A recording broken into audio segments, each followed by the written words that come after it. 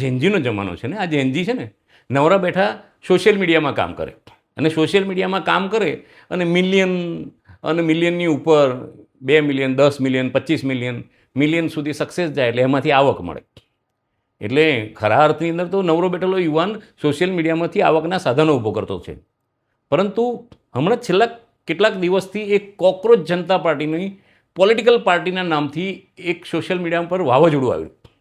આ વાવાઝોડું એવી રીતે કામ કરી રહ્યું છે જાણે ભારત દેશની આખી સિકલ બદલી નાખવાનું હોય રીતના. એક ફેલ ગયેલી પાર્ટી, એક મોટા આંદોલનમાંથી જન્મેલી પાર્ટી, સરકારમાં ગયેલી પાર્ટી હવે બિલકુલ નામશેષ થવાના આરે છે. ત્યારે ક્યાંક ને ક્યાંક પડદા પાછળ એક ફોરેનમાં રહેતા યુવાન દ્વારા આ રાતોરાત પાર્ટીની જાહેરાત કરવામાં આવી, એ પણ સોશિયલ મીડિયાની અંદર, જેના નીતિ નિયમો બંધારણ પ્રમાણે ચાલવું નથી, કોન્સ્ટિટ્યુશન ભારતનું જે છે એ, પરંતુ સોશિયલ મીડિયાની અંદર પોતે રાજા અને પોતે પ્રજા અને એક પાર્ટીનું જન્મ થઈ ગયો, કોકરોચ જનતા પાર્ટી. આ કોકરોચ જનતા પાર્ટી રાતોરાત 10 મિલિયન 11 મિલિયન 12 મિલિયન કૂદકે ને ભૂસકે એના ફોલોઅર વધી રહ્યા છે.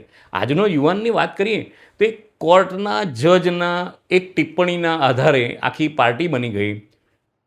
કોર્ટનો જજ છે અને અહીંયા પોલિટિકલ પાર્ટી બની ગઈ. પોલિટિકલ પાર્ટી કેમ?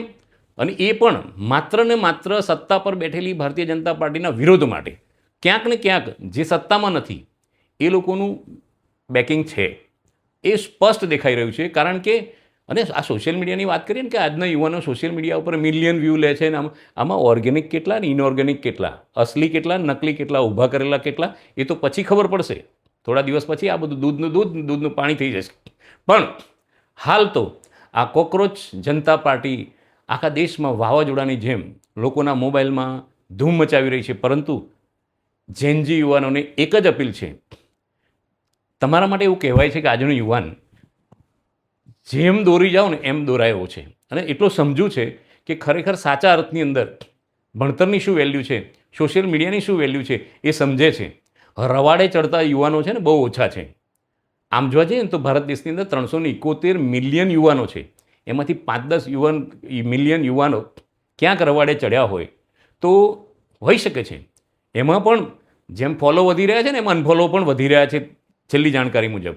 પણ આ કોકરોચ જનતા પાર્ટી, આ શબ્દ શું છે? કોકરોચ, જો કે શબ્દ કહેવાયો છે જજ દ્વારા, પણ એમાં બી રવાડે ચડેલા યુવાનો જે નવરા છે, જે લોકો પાસે જોબ નથી, જે લોકો સોશિયલ મીડિયાની અંદર અને આરટી એક્ટિવિસ્ટ બનીને ક્યાંક ને ક્યાંક સરકારની સામે આક્ષેપો કરી રહ્યા છે, સિસ્ટમની સામે આક્ષેપો કરી રહ્યા છે. એવું કહેવાય ને ભારતની સિસ્ટમ છે ને, સિસ્ટમ સુધારવી હોય તો સિસ્ટમમાં આવવું પડે. પણ આ રીતના સોશિયલ મીડિયા ઉપર એક મોટી પાર્ટી બની ગઈ છે અને એના ફોલોવર છે, એ ફોલોવર જ કાર્યકર્તાઓ છે. તો આ રીતના સરકાર બદલાશે?